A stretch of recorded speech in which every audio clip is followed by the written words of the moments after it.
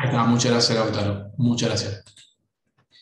Si yo corto, ¿sí?, un pedacito, ¿sí?, de este segmento, y lo puedo mirar, voy a encontrar que este segmento tiene capas. Fíjense, una capa serosa, ¿sí?, que es la más externa de todas. Después tengo músculo, ¿sí?, tanto circular como longitudinal, son músculos que van de esta forma y músculos que van de esta manera, ¿sí? Tengo una submucosa, ¿sí?, que es importante, ya que se va a encontrar este plexo nervioso, que ahora vamos a ver de qué se trata. Y tengo una mucosa que es acá, donde pasa el alimento, ¿sí?, en esta parte donde pasa el alimento. O sea que la mucosa sería la capa más interna del tubo digestivo, que también es importante porque ahora vamos a ver que la submucosa tiene una serie de plexos, ¿sí?, y la capa muscular, ¿sí?, también tiene unos plexos que colaboran para que funcione adecuadamente el sistema digestivo. Muy bien, vamos a ver de qué se trata esta cuestión. ¿Ustedes alguna vez escucharon hablar de potenciales de membrana? ¿Sí? Bueno, Sí. muy bien, buenísimo. Nosotros acá tenemos un potencial de membrana, justamente, en el cual me explica cómo funciona, ¿sí?, el sistema digestivo. El sistema digestivo, ¿sí?, tiene dos tipos de potenciales. Un potencial graduado, un potencial local, que se denomina onda lenta, ¿sí?, y tenemos los que se denominan potenciales de acción o aguja, ¿sí?, en el cual los potenciales graduados o de onda lenta son indispensables, ¿sí?, para tener una especie de base, voy a usar la palabra, para tener una base y poder excitar posteriormente, ¿sí?, a lo que va a ser el sistema, ¿cómo se dice?, digestivo. Espera que cierro acá porque si no...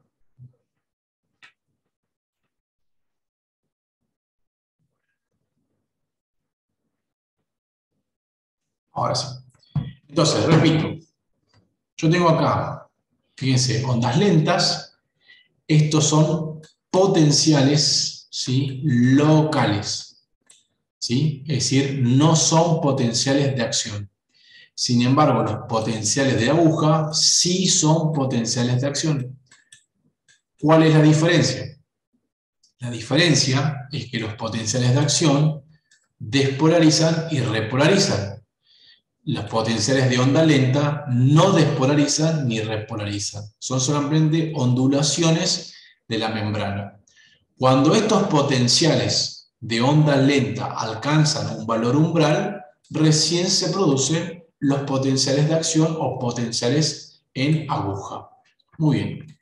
Cuando se produce un potencial en aguja, eso se traduce, ¿sí?, en aumento de secreciones y aumento de la motilidad, ¿sí?, a nivel digestivo. Entonces, repito, cuando se produce un potencial de acción, ¿sí?, o potencial en aguja, eso determina un aumento, ¿sí?, de las secreciones y un aumento de la motilidad. Ahora, ¿cuáles son los factores que me causan, ¿sí?, potenciales de acción? Por ejemplo, la distensión de las capas del tubo digestivo. ¿Sí? Cuando nosotros, por ejemplo, ingerimos un alimento y el esófago se distiende por el alimento, eso induce, ¿sí?, que se despolarice la membrana y aumente la contracción muscular, ¿sí? Esa despolarización aumenta la secreción de mucosidad, ¿sí?, a nivel esofágico, a nivel gastrointestinal. La acetilcolina, que es un neurotransmisor, y el parasimpático, que opera a través de acetilcolina, son factores estimulantes de los potenciales de acción o potenciales en aguja, ¿sí? Ustedes recuerdan que cuando nosotros teníamos un potencial de acción, toda la membrana, ¿sí?, se despolarizaba y la célula se volvía positiva por dentro y quedaba negativa por fuera. Nosotros tenemos un potencial de onda lenta, solamente un segmento de la membrana se va a hacer positiva, ¿sí? Y el resto no. ¿Tá? Quiere decir que las ondas lentas no son potenciales de membrana en sí mismas. Muy bien. Entonces, el sistema nervioso entérico, ¿sí? Corresponde al sistema nervioso autónomo. Vamos a ver acá, sistema nervioso autónomo, ¿sí? Es una extensión, diríamos, del sistema nervioso autónomo. Y fíjense que dice, ejerce control sobre el movimiento y secreciones a nivel gastrointestinal. Entonces, yo digo, el sistema nervioso entérico es un sistema que opera para generar motilidad y para producir secreciones, ¿sí? Y está formado por dos plexos. Uno, el plexo externo, ¿sí? Mientérico o de Auerbach, que va a dar inervación a las capas musculares, y como da inervación a las capas musculares, obviamente que va a tener la función de generar la contracción de la musculatura lisa, y como genera contracción de la musculatura lisa, va a estar a cargo del peritaltismo, ¿sí? Entonces, esto va a generar justamente el peritaltismo. El peritaltismo, que no es otra cosa que el movimiento, ¿sí? Que tiene el sistema gastrointestinal y que inicia, obviamente, a nivel del esófago. ¿Sí? Ahí arranca, por así decirlo, el peritaltismo. ¿Qué pasa con el plexo interno? También llamado submucoso, porque se encuentra en la submucosa, o de Meissner, ¿sí?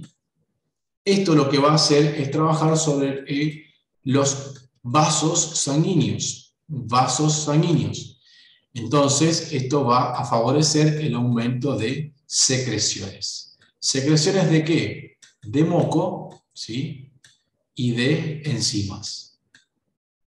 ¿Sí? De moco y de enzimas. Entonces, voy un poquito para atrás, ¿sí? Vemos acá. Yo tengo el plexo mientérico, ¿sí? El plexo de Meissner, ¿sí? El plexo de Meissner, que es el que se encuentra en la parte submucosa, fíjense acá, ¿sí? Está representado, lo tengo acá la mucosa, ¿sí? Y acá está el plexo, ¿sí? Nervioso de Meissner. Y esto, ¿sí? Va a inducir que produzca vasodilatación y que aumente las secreciones de moco. Vamos a ver que el moco tiene una función importante y obviamente de enzimas que me puedan digerir los alimentos, ¿sí? Claramente. Y el plexo mientérico de Auerbach, que es esto que está acá, ¿sí? Lo que va a hacer es afectarme sobre todo las fibras musculares para que esto se contraiga, ¿sí? Y pueda desplazar y mezclar los alimentos. Muy bien. Entonces acá vemos que el simpático, ¿sí? Ustedes saben que el simpático y el parasimpático son partes del sistema nervioso autónomo. Estos dos elementos influyen, ¿sí? Sobre el plexo mientérico y sobre el plexo submucoso, de tal forma que cuando el parasimpático estimula al plexo mientérico, aumenta, ¿sí? El peritaltismo. Cuando el parasimpático, ¿sí? Estimula al plexo submucoso, aumenta, ¿sí? Las secreciones. Como dijimos anteriormente, ¿secreciones de qué? De mucosidad y de enzimas, o sea, básicamente de lo que es el jugo, ¿sí? Gastrointestinal. Si lo hace el simpático bloquea, ¿sí? Estos elementos y entonces va a reducir el peritaltismo y va a reducir las secreciones, ¿sí? Muy bien, esto como factor medular que a mí me interesa que ustedes lo tengan bien presente. Acá, por ejemplo, nosotros vemos la distribución. Esto es la distribución del simpático. Esto es distribución del simpático. Entonces, el simpático tiene, diríamos, lo que es la cadena ganglionar prevertebral y los ganglios, ¿sí? Entonces tenemos una porción preganglionar y una porción posganglionar. Por eso acá arriba, fíjense que dice preganglionar, ¿sí? Y posganglionar. ¿Tá? El simpático opera mediante un par ganglionar que se llama el nervio vago y no tiene justamente esta división de pre y pos. Siempre va a ser, diríamos, va a tener una actividad directamente sobre lo relacionado. El simpático sí va a tener, como muestra acá, una actividad preganglionar y una parte posganglionar. ¿Cuál es la diferencia o para qué sirve esto? acá tenemos unas neuronas que hacen sinapsis con nuestras neuronas, ¿sí? Es decir que, y acá se maneja un tipo de neurotransmisor y acá se maneja otro tipo de neurotransmisor. Entonces, esa conexión determina que las informaciones que operan vía ganglionar influyan sobre diferentes órganos, como por ejemplo la actividad gástrica, ¿sí? E intestinal. Muy bien. Pero ¿qué pasa? El sistema gastrointestinal, y sí, vamos a decirlo de esta manera. Yo voy a ver si lo puedo compartir de esta manera para que ustedes me puedan comprender un poquitito mejor. Yo por ahí no entiendo mucho cómo funciona la pizarra esta, entonces por eso no voy a tocar la pizarra.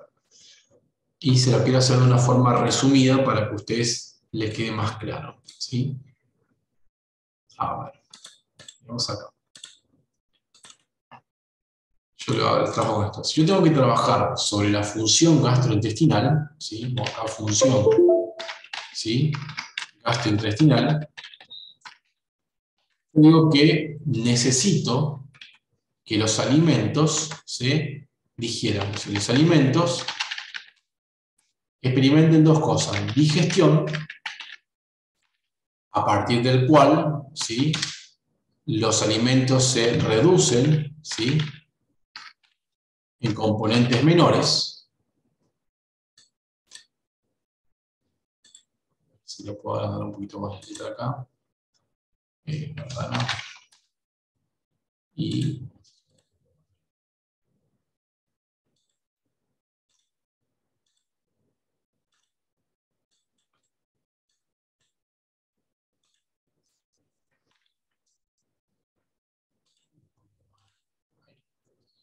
entonces, los alimentos se tienen que reducir, ¿sí?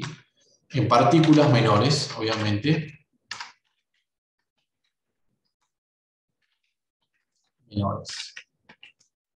Por ejemplo, las proteínas, ¿sí? Tienen que reducirse a aminoácidos. Los hidratos de carbono, ¿sí? tienen que reducirse, obviamente, a disacáridos y monosacáridos, ¿sí?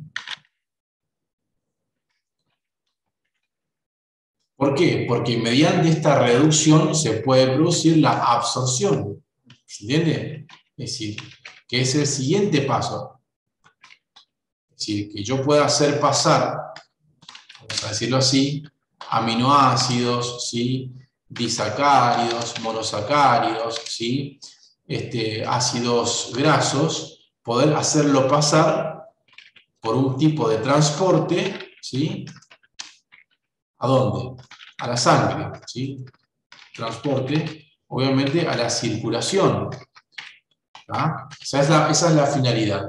Ahora, ¿cómo yo digiero y cómo yo genero absorción? Bueno, mediante la motilidad, ¿sí? Dijimos que corresponde al peristaltismo, ¿sí?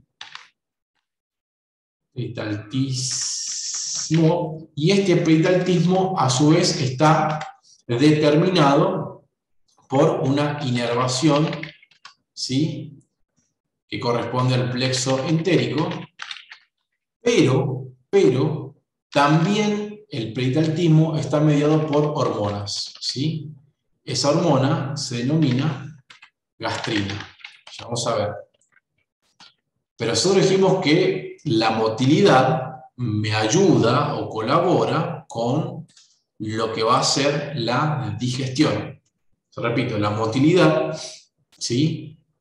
El peristaltismo me ayuda a la digestión, ¿sí? ¿Por qué? Porque hace que los alimentos se vayan desplazando, ¿sí? Y se vayan segmentando mecánicamente. Pero, para que se pueda digerir también, yo necesito de secreción, ¿sí? ¿Y qué vamos a secretar? Moco, que favorece justamente el desplazamiento, y enzimas, justamente enzimas digestivas, que van a ser los que van a transformar las proteínas en aminoácidos y los hidratos de carbono sacarídeos y los lípidos en ácidos grasos, ¿sí? Libres. Y esa digestión, o sea, esa secreción, va vía circulatoria, ¿sí? Y la función circulatoria está a cargo de plexo, ¿sí? Entérico, también, y por hormonas, ¿sí? Y vamos a nombrar un par de hormonas ahora. Entonces, fíjense qué interesante esta cuestión. Fundamental que la tengamos de alguna forma bien presente a estos puntos. Yo tengo la finalidad de que estos alimentos se digieran y obviamente se absorban. Claramente que si yo quiero que los alimentos se digieran, se dividan en partículas menores, yo tengo que apelar a la motilidad y obviamente a la secreción, porque tanto la motilidad como la secreción van a favorecer la digestión y van a favorecer justamente, ¿sí?, la absorción. ¿Ah? Porque ¿dónde voy a absorber? Obviamente a nivel circulatorio. Y es a nivel circulatorio justamente que se expresan, ¿sí?, el plexo entérico y las hormonas para que pueda tener inferencia y de esa forma obtener las partículas necesariamente, ¿sí? Entonces, bueno, ahí hay esas cuestiones que tener presente porque de eso es lo que estamos hablando actualmente. Entonces, miremos acá. Fíjense que dice control hormonal de la motilidad, o sea, del movimiento, del peritaltismo. Y acá tenemos esta hormona que se llama colestocistoquinina o cinina, secretina y un péptido. Ustedes saben que el péptido es una cadena de aminoácidos que no tiene el peso adecuado para ser una proteína, que inhibe, ¿sí?, a el estómago, a la parte gástrica. Entonces tenemos colestocistoquinina, secretina y péptido inhibidor gástrico. Todo esto favorece, o sea, controlan la motilidad en el estómago y en el intestino. Casualmente, ¿sí?, estos tres elementos me reducen la motilidad gástrica, ¿sí?, y favorecen o aumentan la motilidad intestinal, ¿sí? Vamos a ver de qué manera. Ahora, tenemos tipos de movimientos a lo largo del tubo digestivo, esto que es la propulsión, que es el desplazamiento de los alimentos, y la mezcla que, a medida que el tubo digestivo va generando contracción, se van mezclando los alimentos con las secreciones, es decir, con el jugo digestivo propiamente dicho. ¿Se entiende hasta acá? ¿Me van siguiendo? ¿Más o menos? ¿Están ahí todavía? ¿Andan por Sí, ahí? profe. Sí, sí. Sí. Sí, profe. Bueno. Sí. Bueno, dejen de mirar a Gran Hermano y... Bueno. Y miremos acá.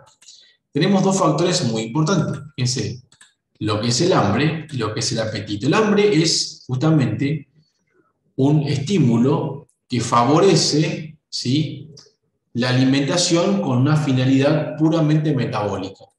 Es decir, la persona que tiene hambre necesita solventar, ¿qué cosa? Una necesidad metabólica, incluir grasas, hidratos de carbono y proteínas, con finalidad obviamente energética y plástica. Y apetito es cuando nosotros tenemos la necesidad, mejor dicho, la elección, eso es, ¿sí?, un alimento que a nosotros realmente nos gusta, cumpla o no cumpla nuestras necesidades metabólicas. Eso es un deseo, no necesariamente relacionado con la necesidad metabólica.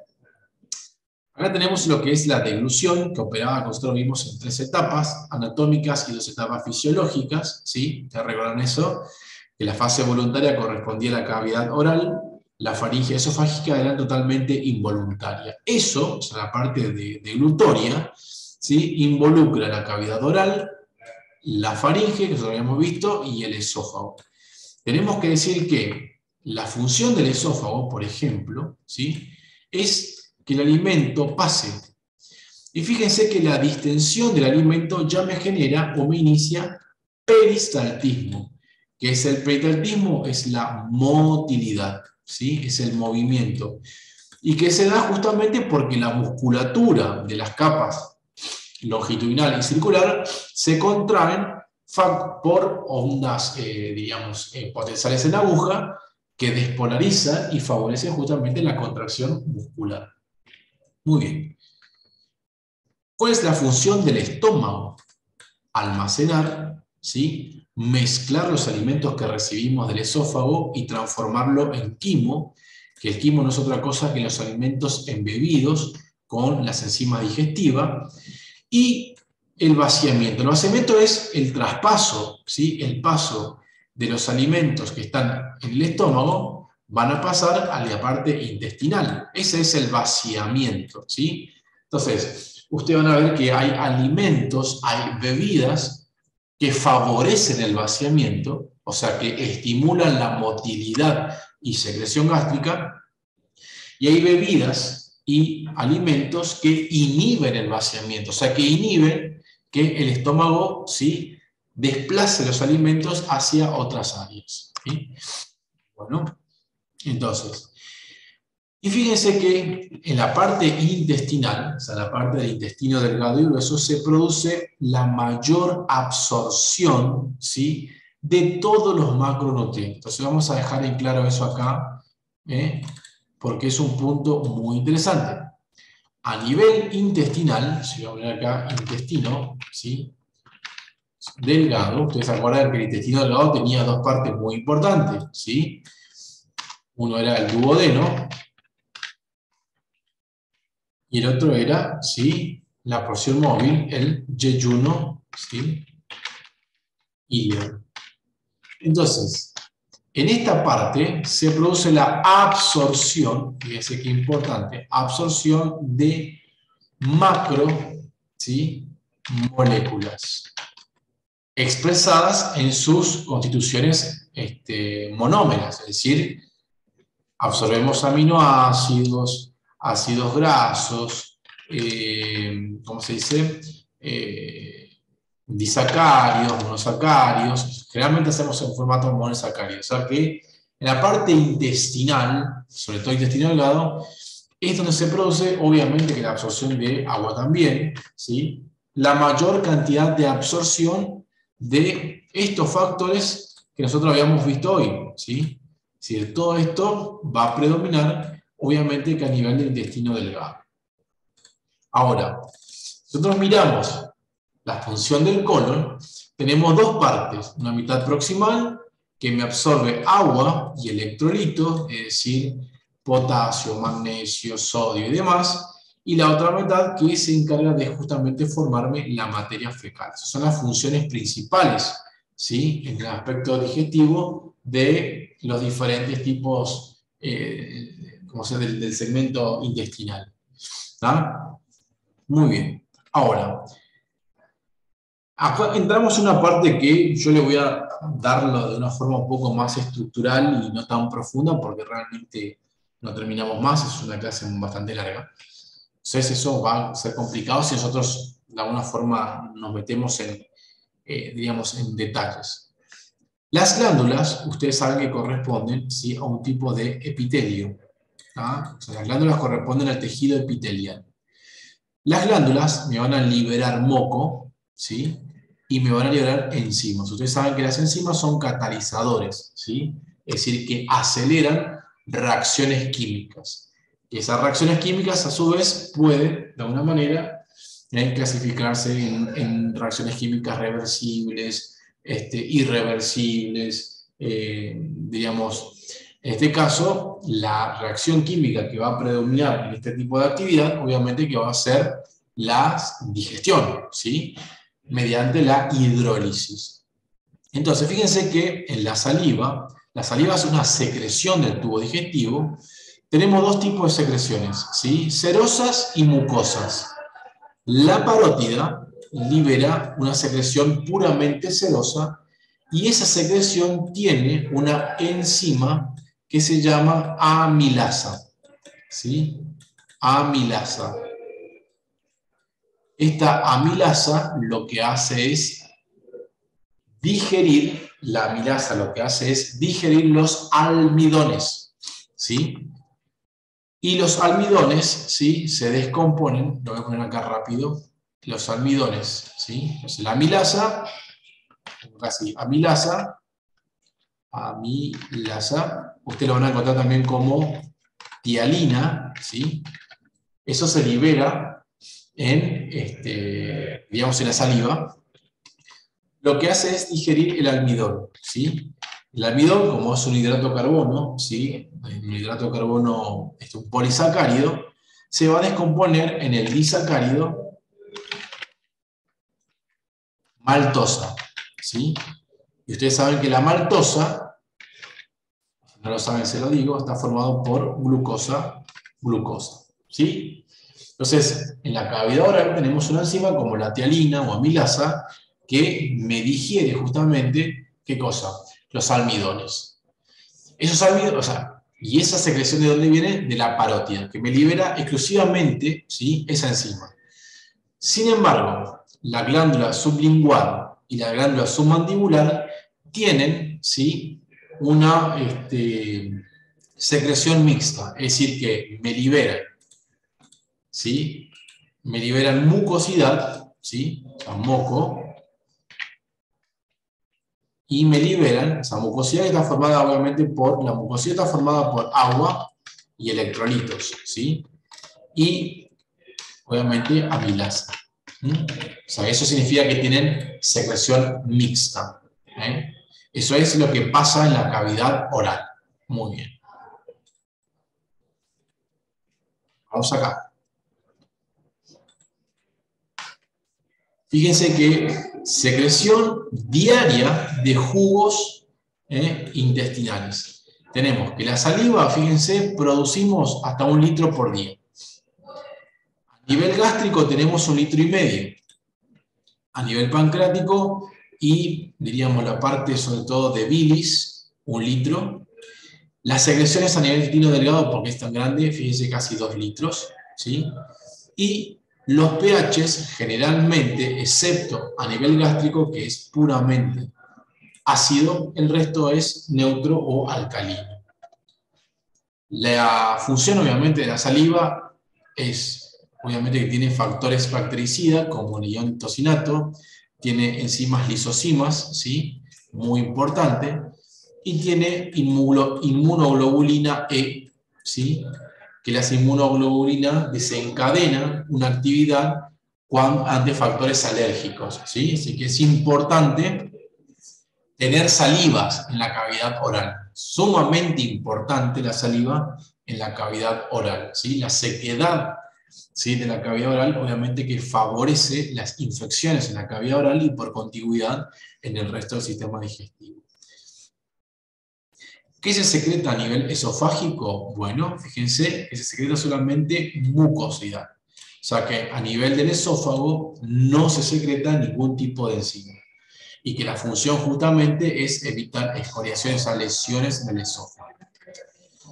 Y a nivel gástrico tenemos 2 tipos de glándulas, las pilóricas y las oxiníticas. Vamos a decirlo así. Las oxiníticas me liberan ácido clorhídrico, pepsinógeno, factor intrínseco, y fíjense que me liberan moco. Bueno, acá tenemos que aclarar una cosa. ¿Ustedes saben lo que es un zimógeno? No. ¿Pero saben lo que es una enzima? ¿O ¿Es no? como un precursor de una enzima? ¿Cómo? ¿Como el precursor de una enzima o algo así? En realidad, el zimógeno es una enzima inactiva. ¿Sí? Es una enzima inactiva. Entonces, repito. Siempre que ustedes escuchen la palabra pepsinógeno, tripsinógeno, o sea, el final, ¿sí?, el sufijo ógeno, estamos hablando de que es una enzima que es inactiva. Entonces, el pepsinógeno es una enzima inactiva. La enzima es la pepsina. Entonces, necesito que ustedes hoy sepan esto. El ácido clorhídrico, ¿sí?, obviamente que es un ácido, está destinado a degradar a las proteínas, ¿sí? Es decir, que todo lo que es ácido degrada las estructuras cuaternarias, terciarias, primarias y secundarias de las proteínas. Pero, como si esto fuera poco, ¿sí?, en presencia de ácido clorhídrico se activa el pepsinógeno. ¿En qué? En pepsina. La pepsina es una enzima proteolítica, o sea que me va a degradar las proteínas, ¿sí? Entonces, las glándulas oxiníticas me secretan ácido clorhídrico, que está destinada justamente a la digestión de proteínas, y pepsinógeno, que justamente se va a activar en pepsina para degradar aún más las proteínas, ¿sí? Estas proteínas no van a quedarse en formato, diríamos, de aminoácidos, se van a quedar en treptonas, peptonas, que son una serie de, diríamos, aminoácidos unidos, ¿sí?, en menor cantidad. También las glándulas oxiníticas me van a generar el factor intrínseco, ¿sí?, que el factor intrínseco es para favorecer la absorción de la vitamina B12, que favorece la absorción a su vez de hierro, ¿sí?, de hierro. Y el hierro es fundamental para los glóbulos rojos, ¿sí? Los glóbulos rojos son fundamentales para transportar oxígeno. Por eso es que existen patologías gástricas, o sea, las famosas gastritis, que pueden afectar las glándulas oxiníticas, eso, reducir la absorción de vitamina B12, reducir la absorción de hierro, y con eso tener las famosas anemias, ¿sí?, férricas, secundario a gastritis. Y obviamente que también me va a liberar moco, ¿sí?, que me van a formar como una capa que protege, obviamente, del epitelio gástrico teniendo tanta acidez. Ahora, las glándulas pilóricas, fíjense, me van a liberar moco, me van a liberar pepsinógeno, que se va a activar obviamente por el ácido clorhídrico, y me van a liberar esta hormona que es la gastrina. La gastrina que va a tener dos efectos importantes. Uno, aumentar la motilidad, o sea que aumenta el peritaltismo. Dos, aumenta las secreciones. ¿Las secreciones de qué? De ácido clorhídrico. O sea, la gastrina opera, ¿sí?, opera para aumentar justamente la liberación de ácido clorhídrico. Eso es lo que hace la gastrina a nivel digestivo. Entonces acá vemos lo que es justamente las glándulas oxiníticas, ¿sí?, que están formadas por células mucosas del cuello, que me van a liberar mucosa, las células parietales o propiamente oxiníticas, ¿sí?, y las células pépticas o principales. Esas son las células que me van a liberar justamente pepsinógeno, ácido clorhídrico, moco y demás. Esto que está acá, obviamente que no lo voy a explicar, detalladamente, simplemente estos son los tipos de transporte para que se forme en la luz de los canalículos, o sea, acá, estos son los canalículos, ¿sí? Acá estaría la parte interna del estómago, se forma justamente, fíjense, yo acá tengo acumulación de protones, ácido clorhídrico, ¿sí?, como un jugo, esto es la formación de ácido clorhídrico, ¿tá? Después ustedes van a dar justamente que esta bomba, ¿sí?, que hace entrar potasio y me libera hidrógeno, es la que se inhibe cuando tomamos, por ejemplo, omeprazol, ¿sí? El omeprazol inhibe esta bomba y eso hace que tengamos menor acidez, ¿sí? Muy bien. Otras enzimas que van a estar presentes en el jugo gástrico va a ser la lipasa, destinada justamente a los ácidos grasos, la amilasa, destinada justamente a los monosacáridos y polisacáridos, y la gelatinasa, ¿sí?, para el colágeno de las proteínas. Como dijimos, tenemos secreción mucoso a nivel intestinal, y esto es importante que lo tengamos presente porque es fundamental. Cuando hablamos nosotros de las secreciones, ¿sí?, para que posteriormente se produzca la digestión y la absorción, tenemos fases. Fase cefálica, fase gástrica y fase intestinal. Bueno, la fase cefálica, ¿qué hace? La fase cefálica lo que hace es, Cuando nosotros vemos el alimento, olemos el alimento o recordamos un alimento, eso estimula, fíjense, excita y produce pepsina y ácido. Quiere decir que el hecho de pensar, mirar u oler el alimento, ya empieza a haber un aumento de ¿qué? De ácido clorhídrico y de enzimas que van a digerir, ¿sí?, el alimento. El hecho de pensarlo nada más, ni ahí ni hablar cuando lo vemos en el alimento. O sea que tenemos una fase que antes de que el alimento ingrese a la cavidad oral, ya tenemos unos factores nerviosos que operan para que se produzca justamente este aumento del ácido clorhídrico. Cuando el alimento llega a nivel gastrointestinal, se producen reflejos locales, ¿sí? O sea, como por ejemplo la distensión, ¿sí? Tenemos reflejos vagales, vagales viene de vago, justamente del nervio vago, que es el 10º par, ¿sí? Y salida de gastrina, que hacia la gastrina aumenta la motilidad, aumenta la secreción de ácido clorhídrico para que se pueda digerir el componente puramente proteico. Ahora, cuando, ¿sí?, pasamos al intestino delgado, también operan mecanismos nerviosos y hormonales que favorecen la digestión y la absorción de los alimentos, que es acá donde mayoritariamente se absorben los componentes del alimento, es decir, aminoácidos, monosacáridos, ácidos grasos libres, etcétera, etcétera. Ahora, el páncreas me va a dar enzimas digestivas y bicarbonato de sodio. El bicarbonato de sodio es para reducir la acidez. ¿La acidez de qué? Del quimo. ¿La acidez que viene de dónde? Que viene del estómago.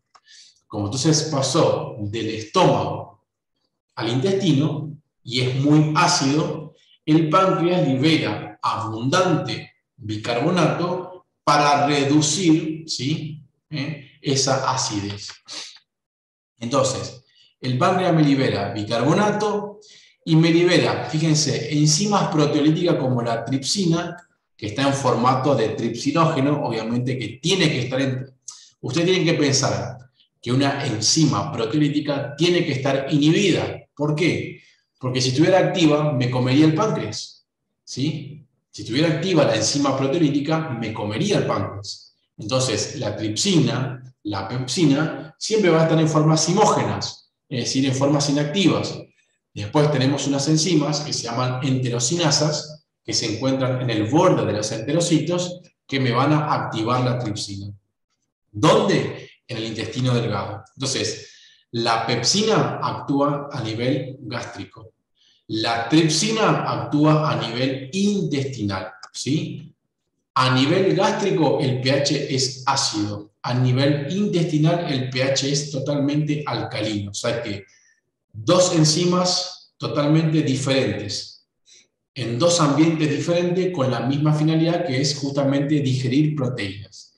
La quimiotripsina y la carboxilopolipeptidasa se activan cuando se activa la tripsina. O sea, como que la tripsina activada hace una cascada de activación a la quimiotripsina y a la carboxilopolipeptidasa, y todas se encargan de degradar proteínas. Después tenemos una amilasa pancreática, mucho más potente que la tialina, y tenemos lipasa, colesterol, esterasa y fosfolipasa para la digestión de las grasas. Entonces, todas esas enzimas se liberan del páncreas. ¿A dónde? En el duodeno. Muy bien. Obviamente que tenemos un inhibidor de tripsina, ¿sí?, que una vez que se produjo la división máxima en aminoácido, ¿sí?, se vuelve a inhibir la tripsina, porque si no, de lo contrario, me generaría una lesión a nivel duodeno. Esto que está acá tampoco lo voy a explicar, no es muy difícil, pero es como se forma bicarbonato de sodio, ¿sí?, y se libera a la luz pancreática para que sea llevada hacia, ¿qué cosa? En la parte intestinal. Muy bien. Desde, ¿sí?, el hígado se libera bilis, ¿sí?, bilis. ¿La bilis para qué sirve? Eso tenemos que saber. La bilis sirve para digerir y absorber grasas, ¿sí? porque en su interior tienen ácidos biliares que lo que hacen es emulsionar, o sea, mezclarse y dividir a las grasas, ¿sí? Y como las grasas son liposolubles, ¿sí? Se absorben con facilidad justamente porque van a hacer un transporte pasivo. Por eso dicen colaboran con la absorción porque se van a formar ciertas micelas. Medio de excreción porque va a liberar y formar bilirrubina y colesterol, la bilis, ¿sí? De hecho, la bilis va a tener, o sea, se van a producir una serie de cascadas de reacciones que me van a ir determinando la coloración, por ejemplo, a partir de la urobilina, ¿sí? Y de la estercobilina, me van a dar la coloración al orín, ¿sí? Y a la materia fecal. Bueno, para que ustedes sepan, la bilis hepática es una bilis más diluida y la bilis que está en la vesícula biliar es más concentrada. Fíjense que tiene mayor contenido de agua, ¿sí? Menor contenido de sales biliares. Estas sales biliares son las que me producen la digestión de los ácidos grasos. Bilirrubina, ¿sí? Fíjense, la lecitina, que es uno de los componentes más importantes, y bicarbonato inclusive. Entonces, fíjense acá tenemos menor contenido de agua, mayor contenido de ácidos biliares, mayor contenido de lecitina, lo que hace que, si usted tiene que decir, la bilis del hígado es o tiene la misma cantidad, o sea, la misma cantidad o proporción que la bilis de la vesícula biliar, no, claramente que tienen, diríamos, los mismos componentes, pero en diferentes concentraciones, de tal forma que la vesícula biliar presenta mayor concentración de, ¿sí?, diferentes elementos que colaboran para la emulsión de las grasas. Muy bien. Decimos que las sales biliares tienen acción detergente, claramente, es decir, me rompe las partículas de grasas y me forman, ¿sí?, unas micelas para la absorción. Muy bien. En el intestino delgado tenemos unas glándulas denominadas de Brunner que me liberan moco, o sea, secreción con bicarbonato. ¿Para qué dijimos que se producía esto? Y justamente para tratar de proteger a la pared del duodeno, porque recibe quimo que viene del estómago y que claramente es muy, pero muy ácido, ¿sí? A nivel de intestino grueso, fíjense que liberamos gran cantidad de moco con bicarbonato y obviamente que es la única secreción, o sea, no tenemos una secreción enzimática en el colon, ¿sí? Solamente en el intestino delgado y a nivel, ¿cómo se dice? Gástrico. Bien, hasta acá, ¿cómo estamos, chicos? ¿Me van siguiendo? ¿Están ahí todavía? ¿No se fueron? ¿Siguen por ahí? Sí. Sí. Sí, profe, acá estamos. Bien, perfecto. Bueno, ya está, ya terminamos, un poquito más y terminamos. Vamos a seguir, vamos a hacerlo. Ahora fíjense que entramos en la parte de digestión y absorción. Bueno, fíjense que en los alimentos tenemos obviamente todos estos componentes, ¿sí?, que se tienen que reducir. Obviamente que se tienen que reducir para que se pueda de alguna forma consumir, o sea, para que se puedan absorber. Entonces, la hidrólisis, ¿sí?, la hidrólisis, esta hidrólisis la producen las enzimas, es justamente las enzimas digestivas son hidrolasas, las que me transforman justamente los polisacáridos, los triglicéridos y las proteínas en monosacáridos, ácidos grasos y aminoácidos, ¿sí? Porque utilizan el agua para poder separar los diferentes componentes, ¿sí? Y acá tenemos la condensación, que es el proceso contrario. La condensación es cuando se unen, ¿sí?, el oxidrilo con los hidrogeniones de los componentes moleculares carbonados de los hidratos de carbono, triglicéridos y proteínas para formar la gran molécula, ¿sí? Entonces las enzimas agarran el agua, ¿sí?, y hacen la separación, ¿sí? Ese es el proceso. Cuando el agua se utiliza para separar, se denomina hidrólisis. Cuando la reacción es la unión con pérdida de agua, se denomina condensación. Entonces, fíjense que tenemos en la alimentación, tenemos sacarosa, lactosa y almidones. Así vienen en los alimentos los hidratos de carbono.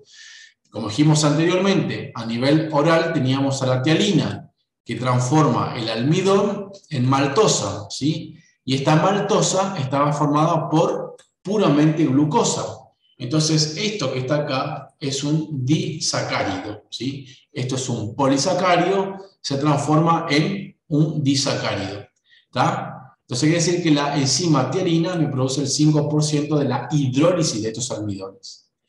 Esa hidrólisis continúa, fíjense, cuando llega a nivel intestinal. Lo que pasa es que a nivel intestinal, como hay diríamos, un pH muy ácido, ¿sí? Entonces se termina inhibiendo esa acción de hidrólisis. Pero a nivel intestinal se encuentra con la amilasa, que venía del páncreas, y transforma totalmente a los componentes en glucosa. Como si esto fuera poco, ¿sí? En los enterocitos, que son las células del tejido intestinal, tenemos, ¿sí? Exclusivamente enzimas para la lactosa, sacarosa, maltosa y dextrina. O sea que todo lo que no se pudo digerir a nivel intestinal, a nivel cavidad oral y gástrico, los enterocitos tienen unas enzimas que lo terminan de dividir para poder hacerlos entrar, ¿sí? Entonces, el resultado final de la digestión es 80% glucosa, 10% para galactosa y fructosa. Vamos a ver cuál es la importancia de esto. ¿Qué pasa con las proteínas? No tenemos enzimas en la cavidad oral para las proteínas, tenemos los dientes. Los dientes lo que hacen es, de alguna forma, mediante la masticación, intentar segmentar lo máximo que se pueda a la carne, ¿sí? O a los alimentos ricos en proteína. Pero cuando llegamos a la parte intestinal, obviamente que la pepsina me digiere justamente esta proteína y me queda en proteosas, peptonas y polipéptidos, es decir, que no se termina de digerir totalmente. Encima, imagínense ustedes que viene la proteína y tiene que interactuar con el ácido clorhídrico y con esta enzima. Y de ahí van a pasar, obviamente, a nivel justamente intestinal. Y el páncreas, ¿qué va a liberar? Tripsina, quimotripsina y demás, que van a transformarlo en dipéptidos y tripéptidos a los polipéptidos que me quedaron a nivel gástrico. Y como si esto fuera poco, ¿sí? El intestino tiene peptidasas, aminopolipeptidasas y dipeptidasas, que son las que se encargan justamente de digerir y transformarlos propiamente en aminoácidos para que puedan ser absorbidos. Bueno, las grasas, tenemos obviamente fosfolípidos, colesterol, triglicéridos, y obviamente que tenemos en la fase oral y gástrica una lipasa, que como nosotros habíamos hecho la lipasa a nivel lingual era mínima, o sea que tenía menos del 10% de la hidrólisis, o sea que las grasas, cuando llegan recién a la parte intestinal, ¿sí? Van a estar sometidas a la acción de la bilis, que me libera obviamente sales biliares y lecitina, que lo que hace es reducir justamente el componente graso a pequeñas micelas, ¿sí? Y tenemos la lipasa pancreática que favorece justamente la digestión de los triglicéridos en ácidos grasos y glicerol. Como resultado tenemos obviamente ácidos grasos libres y monogliceroles. Muy bien, ya dijimos que las sales biliares van a ser los que me van a terminar de separar, ¿sí? Lo mismo pasa con la colesterol esterasa y la fosfolipasa, que se van a encargar de digerir esos componentes de las grasas, formándome, esto es una micela, ¿sí? Importante, fíjense que está lleno de sales, ¿sí? Y de fosfolípidos y colesterol, como si fuera una membrana, y me van a llevar obviamente estos componentes hacia lo que es la membrana del tubo digestivo. ¿Qué pasa? Eso era la digestión, ¿sí? ¿Qué pasa con la absorción? Fíjense que el intestino delgado, ¿sí? Va a absorber casi 8 litros, ¿sí? De agua por su paso, y el colon, ¿sí? Casi 1,5 litros de agua. ¿Por qué? Porque estamos llenos de vellosidades, es decir, de prolongaciones de la mucosa y submucosa, y a su vez tenemos microvellosidades, ¿sí? que aumentan la superficie mediante el cual se puede digerir y hacer entrar los micronutrientes hacia la circulación, ¿sí? Entonces, fíjense, acá tenemos todo esto que está acá, son los enterocitos, ¿sí? Esas células del sistema. Y acá tenemos microvellosidades que me siguen dividiendo los alimentos, y la finalidad de la división es que acá, entre los aminoácidos, los monosacáridos, los ácidos grasos que se van a dirigir hacia el capilar o hacia el sistema linfático, que son sobre todo las grasas de cadena corta y larga, para ir a la circulación y ahí dirigirse hacia el hígado o hacia los diferentes tipos de órganos. Entonces, generalmente el agua se absorbe por difusión, sabemos que es el componente osmótico. La absorción obviamente de sodio también se hace obviamente por un transporte activo, y eso me lleva justamente, me arrastra agua.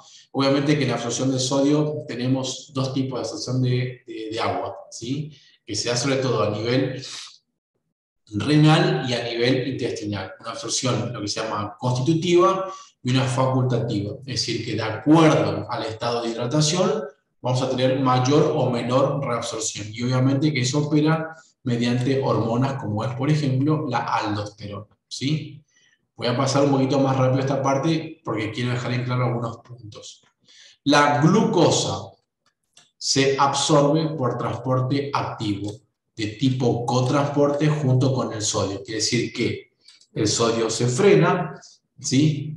¿Tá? Y hace entrar a la glucosa a través de la membrana plasmática, ¿sí? Si es un transporte activo, cotransporte, estamos hablando de que es un transporte secundario, ¿sí? O sea que tiene un gasto energético indirecto. La galactosa, fíjense, también por transporte activo, como ¿sí? La glucosa, mediante el sodio. Sin embargo, la fructosa lo hace por difusión facilitada, ¿sí? Quiere decir que va de donde hay mayor concentración hacia donde hay menor concentración, sin gasto energético. Sin gasto energético, ¿sí? Entonces acá tenemos el páncreas, con la liberación de la amilasa pancreática, que obviamente me favorece la división de la maltosa y otros oligosacáridos en glucosa, y esa glucosa se va a absorber por transporte activo en los enterocitos.